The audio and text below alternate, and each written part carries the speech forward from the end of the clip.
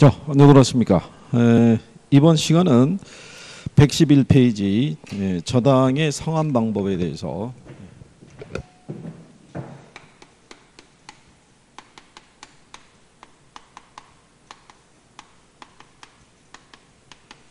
자, 저당이라는 거는 이제 부동산 담보 대출 이런 의미인데요. 돈을 대출을 받고 난 다음에 상환을 해야 되는 것을 이제 우리가 볼 때 방법을 보시게 되면은 고정금리하고 이제 변동금리란 얘기죠. 그러면 융자를 받았을 때 고정금리로 대출을 받을 수도 있고요. 변동금리로도 대출을 받을 수 있다라고 보시면 되겠죠. 그러면 요 고정금리라는 것은요. 대출 초기서부터 만기가 도래할 때까지 동일한 이자율을 적용하는 게 그게 고정이자율 저당대부 방법이죠. 그러면 만기가 도래할 때까지 동일한 이자율을 적용하기 때문에 만약에 시장에서 약정 이자율을 하고요. 시장 이자율이 있을 때 만약에 시장 이자율이 높으면 사전에 싸게 융자를 해줬기 때문에 거기에 따른 이제 손실이 발생할 수 있고요. 그 다음에 반대로 약정 이자율보다 시장 이자율이 낮게 되면 차입자들이 조기 상환을 하겠죠. 그러면 이런 조기 상환에 대한 부담을 다 대출자가 떠안을 수밖에 없다는 얘기죠.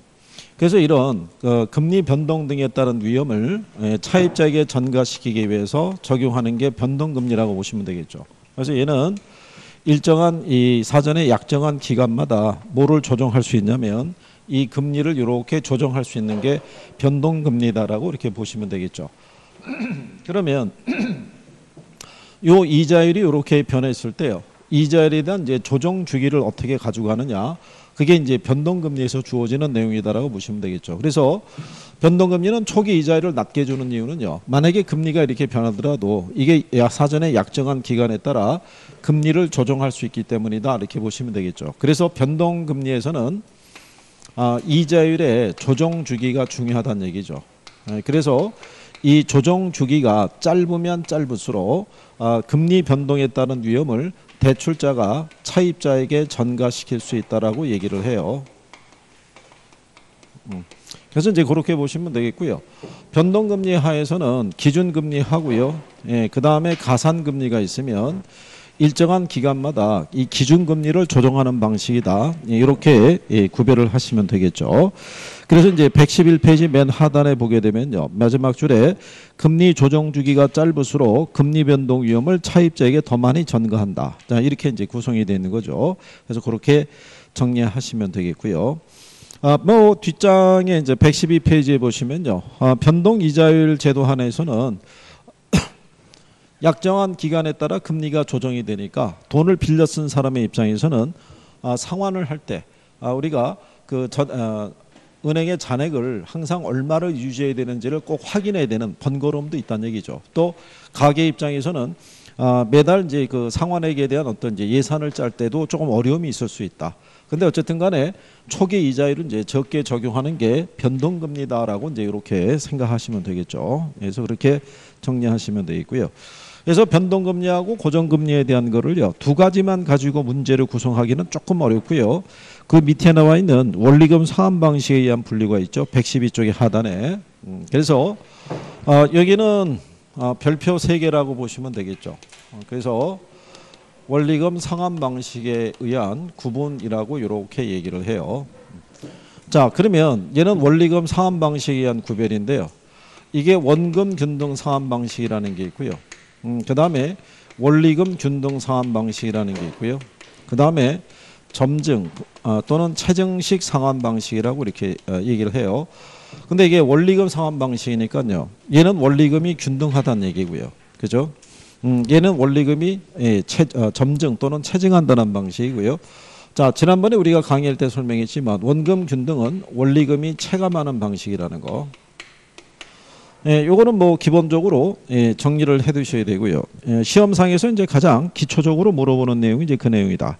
근데 이제 거기 여러분들이 보시면은 113페이지 하단에 원리금 균등 상환에 대한 특징하고요. 원금 균등 상환에 대한 특징, 그다음에 차증식 상환이 구성이 되어 있을 때요. 중간에 이제 원금 균등을 보게 되면 원금 상환액은 이제 일정하죠. 근데 이자 지급액이 점점 감소한다 이런 얘기죠. 그래서 저당 지불액이 점점 감소한다. 이때 저당 지불액이 원리금 생각하시면 된다는 얘기죠. 그래서 점점 줄어드는 방식이다 이렇게 보시면 되겠고요. 또 원리금 균등에 대한 부분은요. 저당 지불액, 원리금은 균등한데요. 그 안에서 원금하고 이자가 차지하는 비중이 있죠. 예. 원금의 상환 부분은 시간이 가면서 증가하고요. 이자에 대한 부분은 시간이 가면서 감소하는 구조를 갖고 있다는 거. 예, 이것도 시험상에서 자주 활용하니까 요거는 이제 구별을 할 수 있으시겠고요. 차증식 상환에서는 상환액이 가면서 점점점 커진다는 얘기죠. 그래서 대출 초기에는 부의 상환이 발생할 수 있다고 얘기를 하죠. 부의 상환이라는 건요. 마이너스 상환이라고 보시면 되죠. 그래서 요거는 대출 초기에 상환액이 적기 때문에요. 누구에게 유리하냐면 미래 소득 증가가 예상이 되는 젊은 소득계층에게 유리한 방식이 점증식이다라고 이렇게 구별할 수 있으시면 되겠죠. 그래서 이제 그런 내용 정도 정리할 수 있으면 되겠고요. 세 가지를 비교할 수 있느냐? 그게 관건이죠. 세 가지를. 그죠? 그래서 세 가지 방식을 기준했을 때요. 물어볼 때 자, 만약에 대출 중간에 중도 상환을 한다는 얘기죠. 중도 상환을 하게 되면 대출 잔액 있죠. 대출 잔액은 원금 균등하고 원리금 균등이 있으면 원리금 균등이 많이 남아있죠. 그러면 저당 잔액은 어느 게 더 많이 남아있느냐? 역시 원리금이 많이 남아있죠. 저당 잔액이 대출 잔액이랑 같은 표현이죠. 그러면 대출 중간에 중도 상환할 때 상환액은 어느 게 더 많으냐 이런 얘기죠. 상환액도 역시 원리금이 더 많다는 얘기죠. 중간에 중도 상환한다는 얘기죠. 중도 상환할 때 상환액을 물어보니까 다 세 개가 같은 논리라는 거죠. 이게 그래서 시험에서는 이 표현까지도 출제를 해본 거죠. 그래서 기억을 또 해주시면 되겠고, 그 다음에 내용에서 이제 우리가 구성해 있을 때요. 거기 원리금 상환 방식에 따른 분류를 해서요. 112쪽에 하단에 가게 되면 동그라미 1번에 초기 저당 지불액이 가장 큰 게 원금 균등 상환 방법이다 이런 얘기고요. 1회차 월 불입액 납부 이후에 잔금이 가장 적은 방식이 원금 균등 상환 방법이라고 보시면 되겠죠. 가장 원금 상환이 많이 이루어진다 이렇게 보시면 되겠고요. 따라서 대출자의 자금 회수가 가장 빠른 방법도 원금 균등이고요. 원금 회수 위험이 상대적으로 적은 것도 그렇다. 그럴 때 4번 지문에 보면요. 대출 초기에 총부채 상환 비율이 있죠.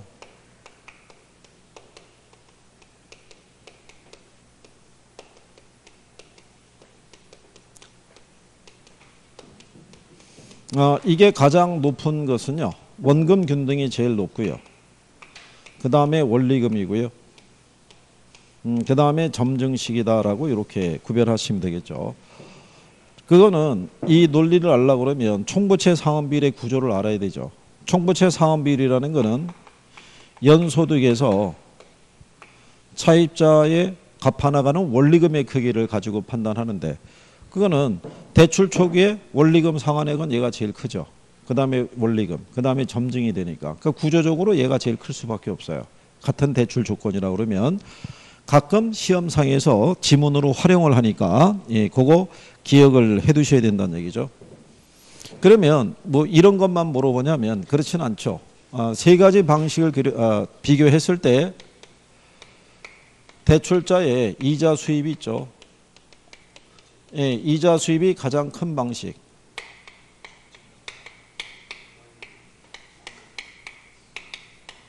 자, 그런데 만약에 이 세 개의 방식 말고 이게 하나 들어올 수가 있어요.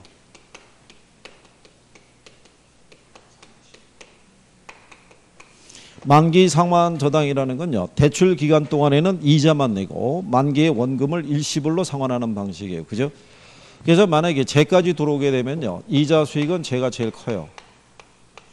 만기 상환 저당이 제일 클 수밖에 없는 거는요. 얘는 대출 기간 동안에 원금 상환은 안 이루어져요. 이자만 납입을 하기 때문에 이자 수입액의 크기는 만기 상환 저당이 같은 대출 조건이면은 제일 클 수밖에 없다. 예, 그래서 이제 그런 내용 등에 대해서 기초적으로 정리하시면 되겠고요. 작년에 이 대출자의 이자 수익의 크기를 틀린 지문으로 한번 출제한 선례가 있어요. 그러니까 그것도 구별을 잘 해주시면 된다는 얘기죠.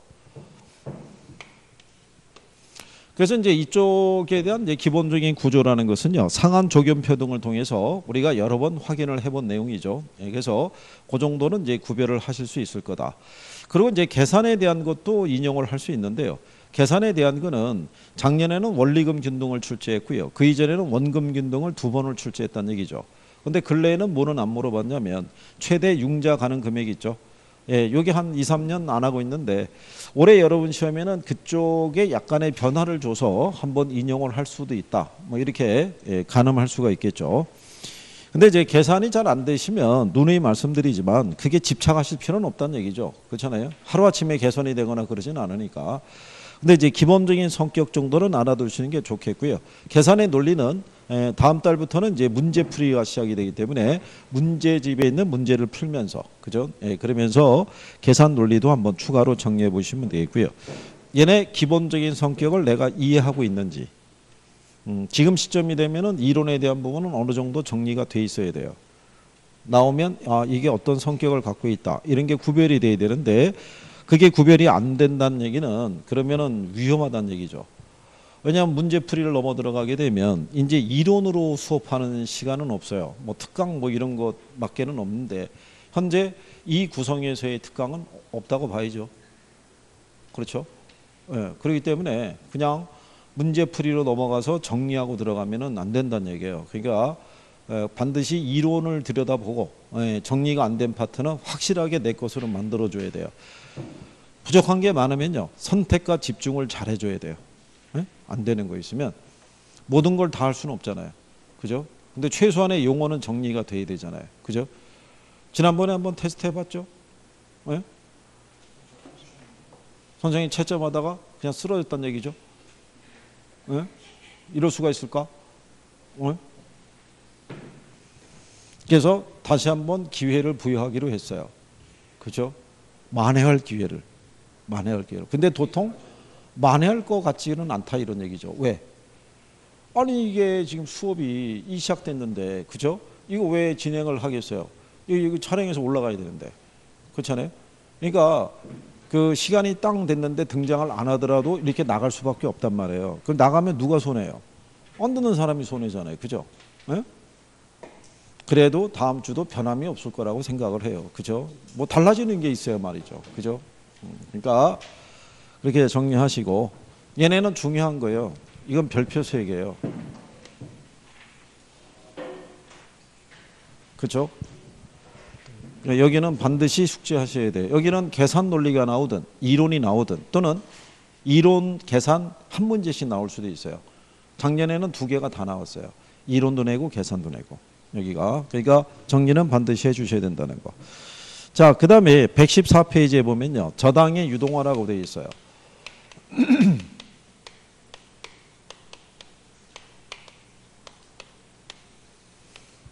저당의 유동화라는 것은요, 이게 저당의 유동화라고 되어 있는데 원래는 이게 부동산의 유동화 제도를 얘기를 해요.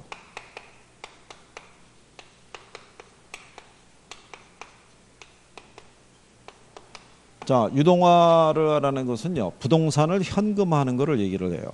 그러면 부동산을 현금화하는 가장 보편적인 방법은 부동산을 매각하는 방법이에요. 근데 매각을 한다는 건 현실적으로 쉽지 않고요. 한번 매각한 부동산을 다시 되사는 것도 역시 힘들다는 얘기죠. 그러면 여기서 이제 우리가 유동화 시킬 때 유동화하고 증권화라는 논리가 있어요. 이 유동화라는 거는 보유하고 있는 저당 채권을 2차 시장으로 넘기는 과정에서 이게 발생하고요. 2차 시장에서 증권을 발행을 해서 투자자로부터 자금을 모집을 할 때, 그때가 우리가 증권화라고 얘기하는데 우리나라에서는 유동화하고 증권화를 같은 개념으로 봐요. 우리나라 현행 법률에서는 저당 채권을 유동할 때는 반드시 증권의 형태를 빌려서만 유동하도록 되어 있기 때문에 유동하고 증권화를 같은 개념으로 봐요. 그러면 부동산을 유동화하는 제도가 뭐가 있냐면요. 자산 유동화 제도라는 게 있고요. 그 다음에 주택 저당 채권 유동화라는 제도가 있어요. 그 다음에 부동산 투자회사 제도라는 게 있어요.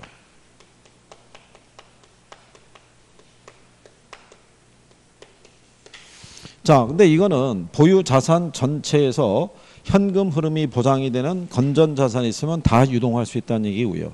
얘는 요거 하나만 유동할 수 있다는 거예요. 주택 저당 채권만. 그리고 여기는 주식 발행 등을 통해서 고가의 부동산을 분할해서 우리가 유동할 수 있는 그런 제도를 얘기할 때 여러분 시험에는 요거 두 가지를 기준으로 출제를 해줘요. 그럼 여기서 얘기하는 저당의 유동화라는 건요. 주택 저당 채권 유동화 제도라고 보시면 돼요. 이게 그러니까 논리가 뭐냐면 뭐 이런 내용이죠. 가령 예를 들어서 여기 은행이 하나 있죠.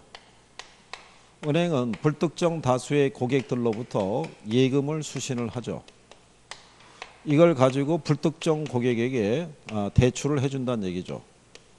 그러면 은행은 대출을 해주게 되면요. 이 사람 소유의 부동산에다가 뭐를 설정하냐면 저당권 있죠. 네, 이거를 설정하는데 자, 이 저당권을 설정을 했을 때 이 저당권에 관한 소유권은 은행이 갖겠죠. 그러면 은행은 이 저당권의 기초에서 이 사람으로부터 원리금을 술취할 수 있는 권리가 있겠죠. 예, 그거를 우리가 저당 채권이라고 해요.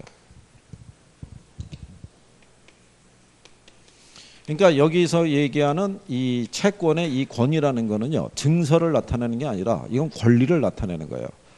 저당권에 관한 소유권과 그 소유권의 기초에서 원리금을 수취할 수 있는 권리를 갖고 있는 채권을 저당 채권이라고 얘기를 해요. 이거를 주택금융공사법에서는요. 만기가 10년 이상의 저당권이 있죠. 그 명칭을 저당 채권이라고 그래요. 그러니까 그러면 은행에서는 돈을 대출을 해줬잖아요. 근데 고객이 맡긴 예금은 단기 자금이에요. 근데 대출은 장기로 운영을 하죠. 그러면 기간이 불일치하잖아요. 거기에 따른 유동성 문제가 발생할 때 금융기관은 자기가 보유하고 있는 저당 채권을 뭘 할 수 있으면요. 매매할 수 있으면 뭐가 다시 들어오겠어요. 현금이. 그러면은 유동성 문제가 해소될 수 있다 이런 얘기죠. 그렇죠? 그래서 이거를 유도함으로써 유동화시킴으로써 주택금융의 활성화에 기여할 수 있더라라고 얘기를 해요. 그래서 개념에서 동그라미 2번에 보면 이렇게 돼 있죠. 저당의 유동화는 주택금융, 기타 부동산 금융의 활성화에 크게 기여를 하고요. 저당의 유동화를 통해서 대출자인 금융기관은 한정된 재원으로 많은 수요자에게 필요한 자금을 공급할 수 있다라고 얘기하죠.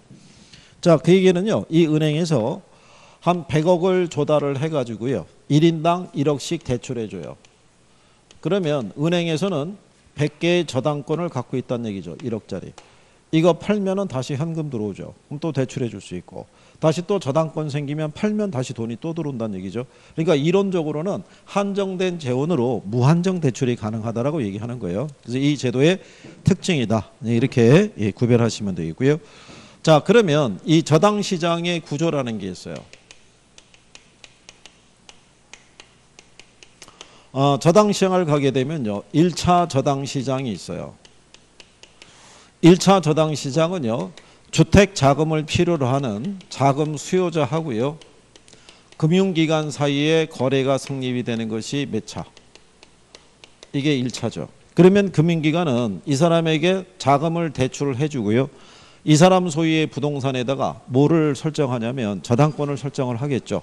그래서 이 사람이 주택을 담보로 대출을 해준다고 해서 여기를 주택담보대출시장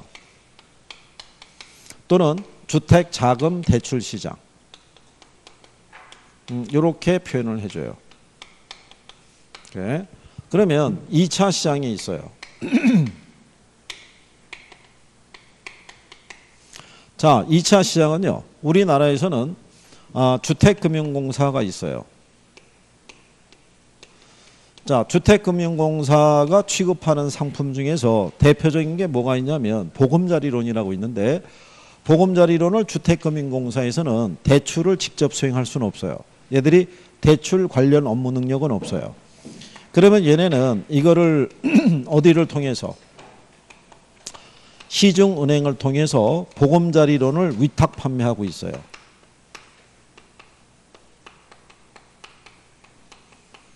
그러면 시장에서 자금 수요자들이 있죠. 보금자리론 상품을 기초해서 융자를 받으려고 하면 주택금융공사는 지속적으로 이 은행에다가 뭐를 지원해 줘야 돼요. 자금을 지원을 해 줘야겠죠. 그렇지 않겠어요? 그래야지 계속 대출해 줄 거 아니겠어요. 그러면 보금자리론 상품을 은행에서 대출해 주고 나면요. 얘네도 뭐가 설정이 되겠어요. 대출해 주고 발생한 저당 채권이 있죠. 권리는 얘한테 있으니까. 이 저당 채권을 얘네가 보유하고 있겠죠. 그죠? 그럼 얘네는 이 저당 채권을 기초로 해가지고 누구에게? 투자자에게 뭐를 발행하겠어요? 증권을 발행을 하죠. 그러면 투자자에게 증권을 판매하면 뭐가 들어오겠어요? 자금이 들어오겠죠. 이 자금을 1차 시장으로 계속 공급해주는 역할을 하는 거죠. 그래서 2차 저당 시장을 주택자금 공급시장이라고 얘기를 해요. 그렇죠? 그래서 요 성격이 바뀌면 틀리는 거예요. 그래서 1차는 주택담보대출시장 또는 주택자금대출시장 이렇게 얘기하고요. 2차 시장은 주택자금 공급시장 이렇게 얘기하니까 요거 바뀌면 틀리다라고 그렇게 생각하시면 될 거예요. 자, 그러면 115페이지 중간 하단에 가게 되면 이런 저당의 유동화를 통해서 얻을 수 있는 효과가 있어요. 효과. 자, 이 효과가 여러 가지가 있는데요. 뭐 자금 수요자에게도 효과가 발생할 수 있고요. 1차 금융기관 이렇게 효과가 주어져 있고요. 그 다음에 이제 뒷페이지로 넘어가면 증권의 투자자, 그 다음에 국가 정책적인 효과 뭐 이렇게 돼 있는데 가장 많이 물어보는 게 금융기관이 얻게 되는 효과예요. 참고로 이게 저당이 유동화가 되면 자금 수요자는 어떤 효과가 있겠어요? 자금 수요자는 이게 유동화가 되면 자금 수요자는 그렇죠. 대출이 용이해지죠. 은행에서 쉽게 대출해 줄 거 아니에요. 그 이전에는 얘는 단기 자금 조달해서 장기로 운영하게 되면 기간 불일치에 따른 유동성 문제가 걸리니까 은행에서는 대출을 못 해주겠는데 이게 유동화가 가능하니까 자금 확보에 어려움이 없거든요. 그러면 은행 입장에서 보면 뭐가 좋아지는 거예요? 유동성은 좋아지는 거고요. 유동성 위험은 낮춰진다고요. 이게 각각 여러분 시험에 한 번씩 출제한 거예요. 그래서 금융기관에서 얻을 수 있는 가장 큰 효과는 이제 요거 두 가지를 얘기할 수 있어요. 그죠? 그래서 금융기관이 얻게 되는 효과고요. 이 주택의 수요자들은요, 좀 더 쉽게 대출 받을 수 있다는 게 그게 강점이 될 거고요. 그 다음에 투자자들은요, 지금 우리나라에 보면요, 외국계 투자자들이 주식시장에서 주식을 매도하고 빠져나가고 있어요. 그 자금을 가지고 어디다 투자하냐면 채권에 투자하고 있어요. 원래 금리가 하락하게 되면요, 주가는 떨어지고 채권에 대한 부분은 상승해요. 그렇죠? 그런데 결국은 투자자들이 움직일 수 있는 게 제한적이잖아요. 그때 만약에 이런 증권이 있으면은 투자 대상을 다양할 수 있다라는 그런 특징이 있을 수가 있겠죠. 그 다음에 이제 국가 정책적인 측면에서는 저당의 유동화가 활성화가 되면 무주택 서민에게 주택 자금을 공급할 수 있는 기회가 더 확대될 수 있다는 얘기겠죠. 이런 여러 가지가 있는데 그래도 이제 그 중에서 가장 대표적으로 물어보는 거는 누구에 대한 효과다. 금융기관에 대한 효과다. 이거를 구별을 하시면 되겠고요. 그 다음에 이제 그 밑에 가면 저당담보증권이라고 있어요. 그거는 일단 별표는 하나 해야 되죠.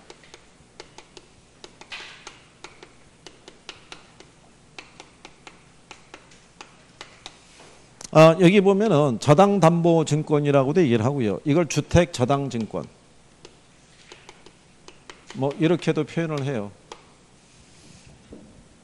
그래서 모기지 백 시큐리티인가 백이라는 게 담보한다 이런 의미를 갖고 있는 거예요. 그러니까 저당권을 담보로 발행하는 증권이다. 그러니까 주택저당이라는 건요, 주택담보대출을 기초로 발생한 저당 채권에 기초해서 발행하는 증권이다라고 이렇게 생각하시면 돼요. 자, 그래서 이제 거기 116페이지 중간에 보면 저당담보증권이라고 박스가 있죠. 저당 이 대출 기관, 그다음에 저당 회사, 기타 기관 투자자들이 자신들이 설정하거나 사들인 저당을 담보로 해서 발행하는 새로운 형태의 증권이다라고 얘기를 하죠. 예, 그래서 요거를 발행할 수 있는 발행자는요.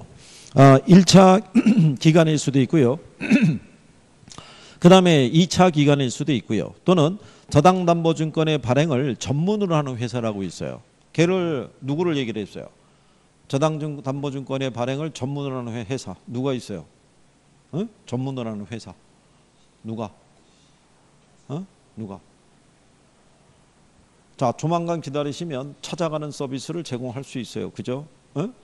이론이 끝나면 선생님 진도에 치질 않잖아요. 그죠? 문제풀이 하는데.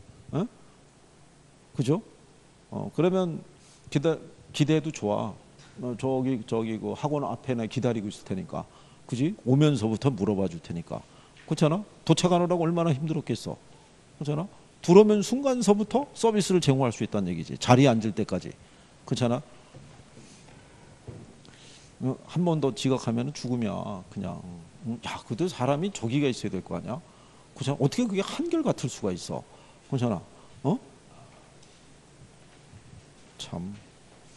지금 이거 하는 양반들은 대부분 뭐라고 그러냐면 김총각 좀 살살 얘기해 주세요. 뭐 김총각이 너무 안 돼 보여요. 뭐 이런 의견이 아주 지배적이야. 여기 내가 그럼 뭐라고 하냐면 여기서 한번 들어보라. 여기서 앉아 있어 보면, 그렇지? 그거를 유심히 본 사람은 아는 사람은 얘기를 해. 조금 더 많이 다그쳐야 될 것 같다고. 그렇잖아? 진실을 아는 사람들은 그렇게 얘기하고 있다고. 참. 너는 웃을 때가 아니야. 큰일 난다고 너 지금 진짜. 아이고. 내가 분명히 장담하는데 너 시험 끝나면은 저기 댓글 빌바치게 올라온다. 그 김총각은 어떻게 됐나요? 아직 대전에 살고 있나요? 뭐 이런 것도 있지. 참 내가. 자, 이 저당담보증권에서요. 이 증권의 발행만을 목적으로 하는 회사를 얘기할 때요. 자, 참고로 여기 있는 주택금융공사가 증권을 발행하겠죠. 그죠? 증권을 발행할 때 얘는 SPC를 설립을 해서 이 증권 발행할 수 있어요, 없어요? 이거. 얘가 증권을 발행할 때 직접 발행하는 게 아니라 얘를 설립해서 발행할 수 있어요, 없어요? 이게 특수 목적 회사라고요. 이게 증권의 발행만을 목적으로 세우는 회사예요. 이게 스페셜 퍼포스 컴퍼니라고 해서 특수 목적 회사 또는 특별 목적 회사라고 얘기를 해요.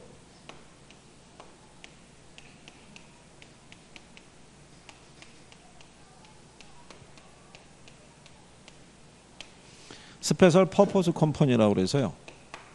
이거를 특수 목적 회사 또는 특별 목적 회사라고 얘기를 해요. 얘는 서류상의 회사예요. 이 증권의 발행만을 목적으로 만들어진 회사인 거예요. 그러니까 만약에 이 증권을 하나를 발행할 때마다 설립하는 거예요.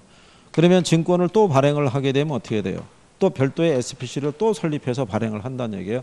여기까지는 시험에 나온 거예요. 자, 주택금융공사는 뭐를 통해서? SPC를 통해서 특별 목적 회사를 통해서 누구에게? 투자자에게 증권을, 주택저당증권을 발행을 하고 있다. 그럼 맞는 표현이란 말이에요.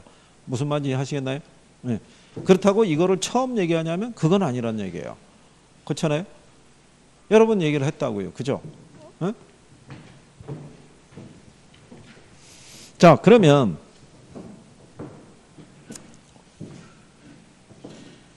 저당담보증권의 종류를 보면요. 얘가 지분형 MBS가 있죠. 그 다음에 채권형 MBS가 있죠. 그 다음에 혼합형 MBS가 있어요. 그죠? 자, 지분형 MBS의 대표적인 게 MPTS죠. MBB죠. 그 다음에 혼합형은 MPTB죠. 그 다음에 뭐? CMO란 얘기죠. 그죠? 그러면 얘들을 구별하는 기준은 뭐를 가지고 구별한다고 그랬어요? 구별 기준은. 지분형하고 채권형 있죠? 이거를 구별하는 기준은 뭐에 따라 구별하는 거예요? 이거. 얘들은 저당 채권에 관한 소유권을 누가 가지고 있는가? 원리금 수취권을 누가 가지고 있느냐에 따른 구분이라고요. 이게. 그죠? 여기는 소유권을 다 누가 갖고 있어요? 투자자. 투자자. 원리금 수취권을 갖고 있는 애가 조기 상환 위험도 같이 부담한다고 그랬죠. 이것도 역시 투자자란 얘기죠. 얘는 전부 다 누가? 이거 전부 다 발행자라고 그랬잖아요. 그러면 얘네들이 왜 혼합형이냐? 이 두 개의 성격이 결합이 돼 있다는 얘기죠. 그러니까 소유권을 발행기관이 갖고 있다는 점에서는 뭐하고 성격이 같다는 얘기예요. MBB하고 성격이 같고, 자 원리금 수취권을 누구에게 준다는 점에서 투자자에게 준다는 점에서는 뭐하고 MPTS하고 성격이 같다는 얘기예요. 그죠? 그러니까 얘들도 이거 투자자란 얘기죠. 그죠? 이걸 기초로 물어보는 거예요. 기본적으로. 예. 그 다음에 요 중에서 특징을 보게 되면 여기 있는 CMO 있죠? 얘만 계층이 여러 개라고 그랬어요. 그렇죠? 그래서 얘는 원금이 지급되는 순서 있죠. 그 다음에 만기 있죠. 예, 만기가 다양한 여러 종류의 채권을 발행한다라고 생각하시면 돼요. 그렇죠? 그게 바로 뭐다? 다계층 채권이다. 그렇죠? 자, 이 중에서 만기가 보장되는 애가 누구라고 그랬어요? 만약에 이런 얘기죠. 여기서 자금 수요자가 채무 불이행을 할 수 있어요, 없어요? 돈 못 갚을 수도 있잖아요. 예? 그거랑 관계없이 여기 투자자에게 만기가 끝날 때까지, 도래할 때까지 이자를 계속해서 줘야 되는 거는 넷 중에 뭐가 된다 그랬어요? 그게 작년에 여러분 시험에 나온 거예요. 예? 자금 수요자가 채무 불이행을 하더라도 그죠? 발행 기간은 만기가 도래할 때까지 여기 있는 투자자에게 이자를 계속해서 지급을 해야 된다고 얘기를 해요. 그죠? 이 중에서 어느 거? 에? 어느 거? 일단 C 들어가는 애는 빼고 얘기해 보세요. 에? 앞에 C로 시작되는 애는 빼고. 에? 이거 하나밖에 없다고. 이거 만기가 보장되는 상품은 이게 전부 콜방어가 된다고 그랬잖아요. 얘는 이 저당 채권의 기초에서 증권을 발행하는데 저당 채권의 소유권을 누가 가지고 있어요? 발행자 가지고 있잖아요. 그죠? 그러면 얘는 투자자에게 만약에 뭐를 주려고 그러면요. 이자를 주려고 그러면 여기서 들어오는 원리금이 있죠. 이거에 기초해서 이자를 지급해야 되는데 얘가 채무 불이행하면 더 이상 이자 들어올 게 없잖아요. 그러면 얘는 자꾸 이자를 주는 게 아까우면은 얘한테 발행한 MBB를 다시 사들일 수도 있어요, 없어요? 사들이면은 투자자가 손해잖아요. 그래서 MBB는 거기 옵션이 걸려 있어서 만기가 도래할 때까지는 얘가 자기가 발행한 채권을 회수할 수 없는 조건이에요. 그러면 만기 때까지는 얘는 뭐는 지급받을 수 있어요? 이자의 지급이 보장이 되는 거예요. 그래서 이 중에서 만기를 정확하게 할 수 있는 건 얘밖에 없다고요. 뭐밖에 없다? 얘밖에. 얘네들은 가만히 봐보세요. 원리금을 누가 가져가요? 투자자가. 그러면 저쪽에서 조기 상환이 발생하면 얘네 수명이 끝난다고요. 무슨 말인지 이해하시겠나요? 다만 얘는 계층을 다르게 했기 때문에 가장 그 기간이 긴 애 있죠. 예, 걔는 아무래도 이자 지급에 대한 부분이 좀 느리게 끝나더라도 언젠간 끝나긴 끝날 거 아니에요. 그 기간 전에. 근데 얘만은 뭐가 보장이 돼 있다? 만기가 보장이 돼 있는 상품이라고 얘기하는 거예요. 그죠? 그래서 거기 117페이지 맨 상단에 가면요. 저당담보증권의 종류라고 해놨죠. 예, 거기 보면은 맨 끝에 가면 콜방어라고 돼 있죠. 거기 MBB만 동그라미 쳐 있잖아요. 그렇죠? 이제 그거를 여러분들에게 지난번에 설명을 했다는 얘기죠. 그렇죠? 그래서 거기 MBB에 가시면 박스 밑에 자 거기 지문 2번을 보시면 MBB는 증권의 투자자가 발행자에 대해서 뭐를 할 수 있다는 거예요. 콜 방어를 할 수 있다라고 얘기해 준 거잖아요. 그죠? 기억해 주셔야겠죠. 네? 한번 활용을 했으니까. 그렇죠? 예. 그래서 그런 내용 정도를 정리할 수 있으시면 되겠고요. 그래서 실상은 거기 저당담보증권의 그 박스에 나오는 종류 있죠. 예. 그거라도 정확하게 구별할 수 있으시면 예. 그러면은 여기서 나오는 기본적인 문제는 맞출 수 있어요. 이게 만약에 내용을 조금 복잡하게 주면은요. 여러분들이 맞추는 게 쉽다 어렵다. 예. 그거는 어렵다는 얘기예요. 그렇죠?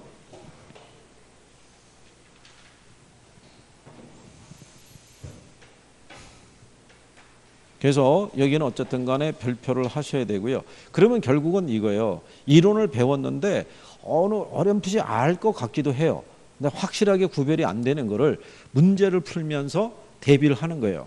아, 이렇게 나오면 이게 틀린 표현이구나. 이렇게 나오면 이게 맞는 표현이구나. 이걸 가지고 내용 정리를 크로스로 한 번씩 이렇게 체킹을 해보셔야 돼요. 그죠? 네. 그랬을 때 내용 정리에 도움이 될 수 있다는 얘기죠. 그래서 이제 그런 내용 정도 확인하시고요. 예, 뒤에 나와 있는 자산담보증권은 뭐 참고하셔도 돼요. 자산담보증권은요, 참고로 보시면 아까 제가 이렇게 얘기했었죠. 여기 유동화 제도를 보면 자산 유동화 제도가 있고요. 주택저당 채권 유동화 제도가 있고 부동산 투자회사 제도가 있죠. 이게 더 포괄적인 거예요. 여기 얘는 이거 하나만 유동화할 수 있고요. 이거는 기업이나 금융기관들이 보유하고 있는 미래 현금 흐름이 보장이 되는 건전 자산을 기초로는 다 유동할 수 있다고 그랬어요. 그죠? 그래서 그런 내용 정도 보시면 되겠고요. 예, 그 다음에 이제 그 밑에 가면 자금 조달 방법 그래서요. 리츠라고 나와 있는데요.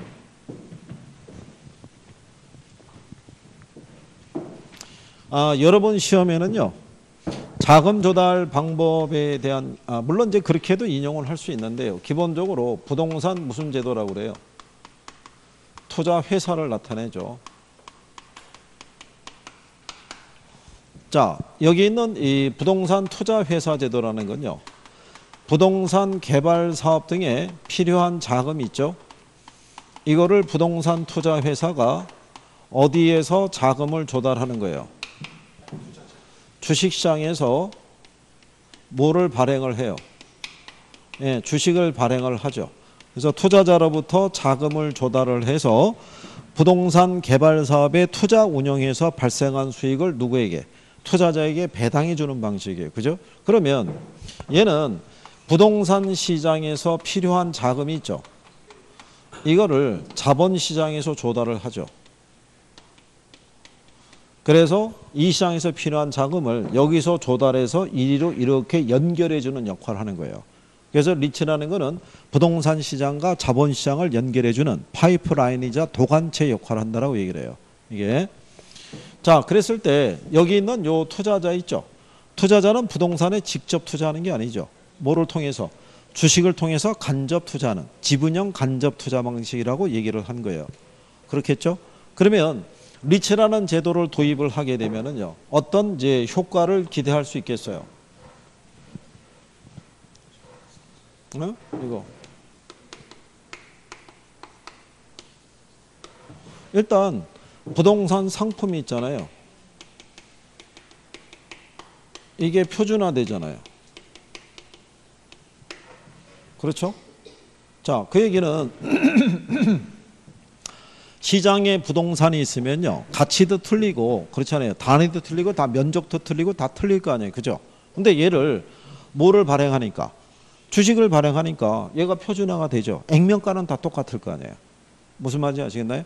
그렇게 되면 고가의 부동산인데 이거를 분할해서 거래할 수도 있다는 얘기죠. 그렇잖아요. 100억짜리 부동산이면 액면가 10,000원짜리 100만 주를 발행하면은 쪼개서 우리가 분할해서 거래할 수 있다는 얘기잖아요. 그러면 그만큼 유동성이 좋아질 수 있어요, 없어요? 있죠. 그러면은 자, 100억짜리 부동산에 500만 원을 갖고 있는 사람이 투자하기는 힘들잖아요. 그런데 뭐를 통해서 거래하면? 주식을 통해서 거래하면 가능하겠죠. 그래서 소액 투자자도 고가의 부동산에 투자할 수 있다는 얘기죠. 그래서 부동산 투자의 대중화를 유도한다라고도 얘기를 할 수 있죠. 그렇잖아요. 그 다음에 무슨 효과가 있냐면 이게 분산 투자가 가능하죠.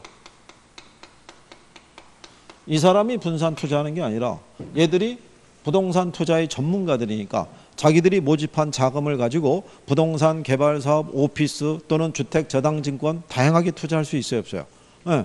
그러니까는 분산 투자가 가능하고요. 그 다음에 뭐가 좋아져요? 유동성이 있죠. 네. 자, 내가 만약에 부동산에 직접 투자할 때는요. 얘를 현금화하려고 그러면 매각을 해야 되잖아요. 근데 나는 주식에 투자했으니까 주식시장에다가 뭐를 판매하면 주식 거래하면은 빨리 현금화 될 수 있죠. 그죠? 그 다음에 거래에 뭐가 확보될 수 있어요? 투명성이. 옛날에 소수의 자산가들이 거래하는 부동산 거래 내역은요. 우리가 외부에서는 알기 힘들었다는 얘기죠. 근데 지금은 어디를 통해서 거래가 이루어져요? 그렇죠? 그러니까는 거래가 투명해지는 거죠. 그렇지 않겠어요? 예. 그래서 그 내용에 대해서 자, 그랬었을 때 거기 이제 밑에 종류에 따라, 투자 대상에 따라, 환매 가능 여부에 따라, 자금 모집에 따라, 예, 이거는 그냥 참고하시면 되고요. 뭐를 기억하시면 되냐면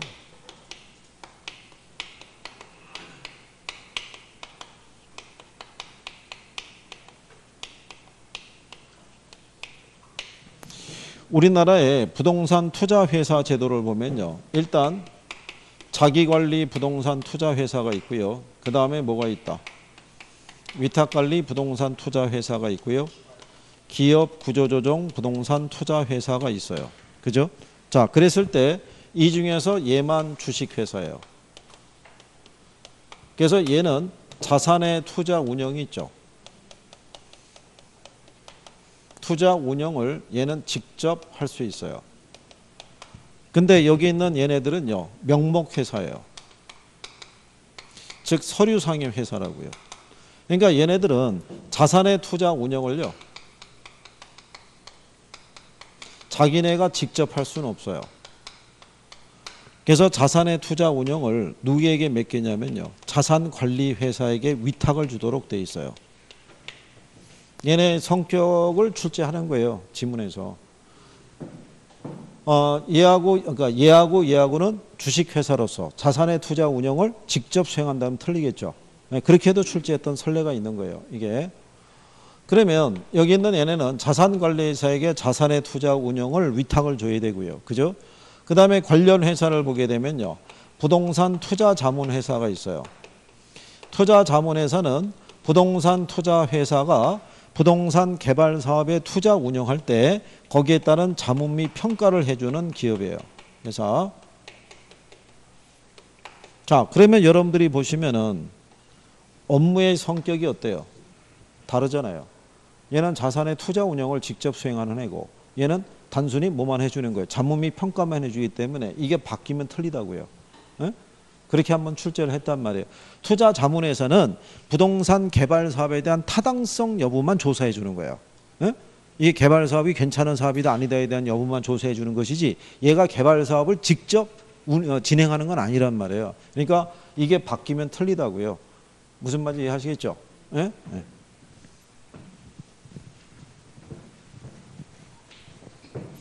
자, 그래서 이제 그 내용을 이제 구별할 수 있으시면 되더라라고 이제 얘기를 하는 거죠. 예. 그리고 그게 종류에서 투자 대상에 따라 지분형, 모기지형, 혼합형 이렇게 나오군요. 예, 그거는 우리나라라기보다는 미국 있죠. 예, 미국의 이제 그 세법에 기초해서 투자 운영하는 케이스라고 보시면 되고요. 예, 그러니까 우리나라 기준에서는 인용이 돼야 안 돼요. 인용이 안 되죠.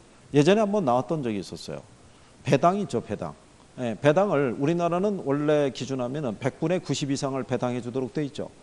예. 근데 미국 애들은 100분의 95라고요. 근데 우리나라에서 처음에 부동산 투자회사법을 출제했을 때 100분의 95 이상을 배당해야 된다 그래서 틀리게 한번 출제했었다고요, 그때.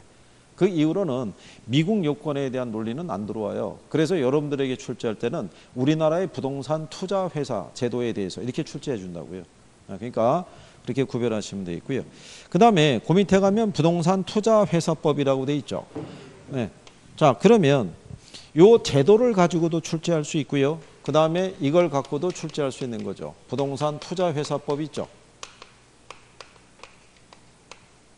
일명 리치법이라고도 얘기를 해요. 그죠? 그러면 이것도 이제 우리가 많이 해본 거죠.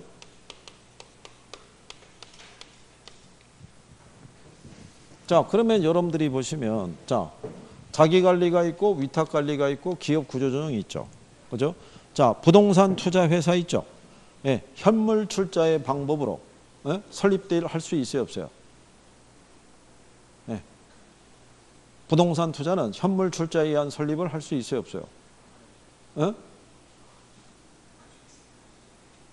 못해요. 안 되지. 그게 작년 문제 답이었다고요. 예? 부동산 투자회사는 현물 출자에 의한 설립은 할 수 없다고요. 무슨 말인지 아시겠나요?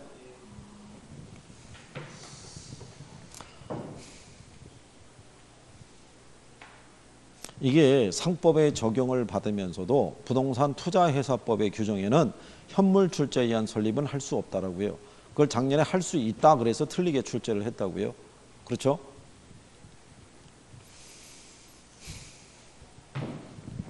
자, 그 다음에 우리가 설립자본금이 있죠. 설립자본금은 얘 얼마?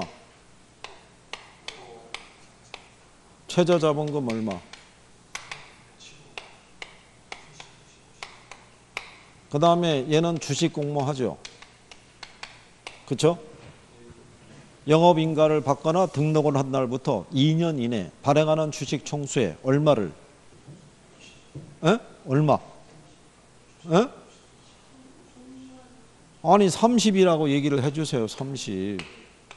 100분의 30 이상은 일반의 청약에 제공해야 되는데 얘는 그 조항을 적용 안 받잖아요. 얘는 3호도 가능한 거 아니에요. 그렇죠? 그 다음에 주식 분산이 있죠. 주식 분산이 뭐라고 그랬어요? 응? 주식 분산. 거기 보면 주식 소유 한도라고 해놨죠. 박스에 보시면 119쪽에 주식 소유 한도가 주식 분산을 얘기한다고요. 여기는 얼마? 주주 1인과 특별 관계자는 100분의 50을 초과해서 주식을 소유할 수 없죠. 근데 얘는 그 조항을 적용받지 않죠. 그렇죠? 그 다음에 처분 제한이 있다고 그랬죠. 그렇죠? 처분 제한. 자, 부동산 투자회사 있죠. 예, 부동산 투자회사는 5년의 범위 내에서 대통령이 정하는 기간 이내에는 부동산을 처분해서는 안 된다는 얘기죠. 예. 국내 부동산은 몇 년? 국외 부동산은요? 국외 부동산은 자율이에요. 자율. 정관에서 별도로 정하라는 거는 자율로 하라는 이런 얘기랑 똑같죠. 근데 얘는 이 적용 안 받죠. 처분 제한의 적용을. 그 다음에 자산 구성의 요건이 있죠. 자, 매 분기말 현재 그쵸? 총 자산의 100분의 80 이상을 부동산 관련 유가증권 및 현금으로 구성이 돼야 되고 그중에 100분의 70 이상은 부동산이 된다는 조항이 있죠. 근데 얘는 그 조항을 적용을 안 받죠. 그래서 요거 네 가지가 기업구조적 부동산 투자회사에 적용되는 특례사항이라고 그랬고요. 그 다음에 끝으로 부동산 투자회사는 금융기관으로부터 차입할 수 있어요, 없어요? 자금을. 네? 있다고요. 차입 및 사채를 발행할 수 있다는 거. 네? 그거는 기본적으로 구별을 해 주셔야겠죠. 그래서 거기다가 다 구성을 해놨잖아요. 그죠? 예? 예, 그래서 그 내용을 보시면 되겠고. 다만 120페이지 가시면 밑에서 합병, 조세감면, 차입 및 사채 발행, 고유에 가면 배당이 있죠. 예, 당해년도 이익 배당한도의 90% 이상을 배당해야 되는데 요거는 그냥 일단 생략해 두셔도 돼요. 요거는 법의 개정 여하에 따라 올 연말까지로 확대하게 되면 연말까지는 100분의 50만 배당해도 된다. 뭐 이렇게 바뀔 수도 있어요. 그러니까 요거는 내비 두셔도 돼요. 무슨 말인지 아시겠죠? 자, 그래서 이제 자, 참고로 여기 있는 기업구조적 부동산 투자회사 있죠. 얘는 법인세 감면의 혜택이 있어요, 없어요? 얘는 법인세 감면의 혜택이 있어요. 100분의 90 이상을 배당을 해주게 되면. 그래서 그 내용에 대한 것까지 정리하시면 될 거예요. 이건 기본적으로 알아야 되고요. 이게 제목이 이렇게 나오면 이게 툭툭툭툭툭 나와줘야 돼요. 그래야지 문제가 나오면 놓고 빨리빨리 답을 맞추고 넘어갈 거 아니겠어요. 그죠? 1차는 시간 싸움인데. 잘 정리하시고 잠깐 쉬었다가 프레이트 파이낸싱부터 하시죠.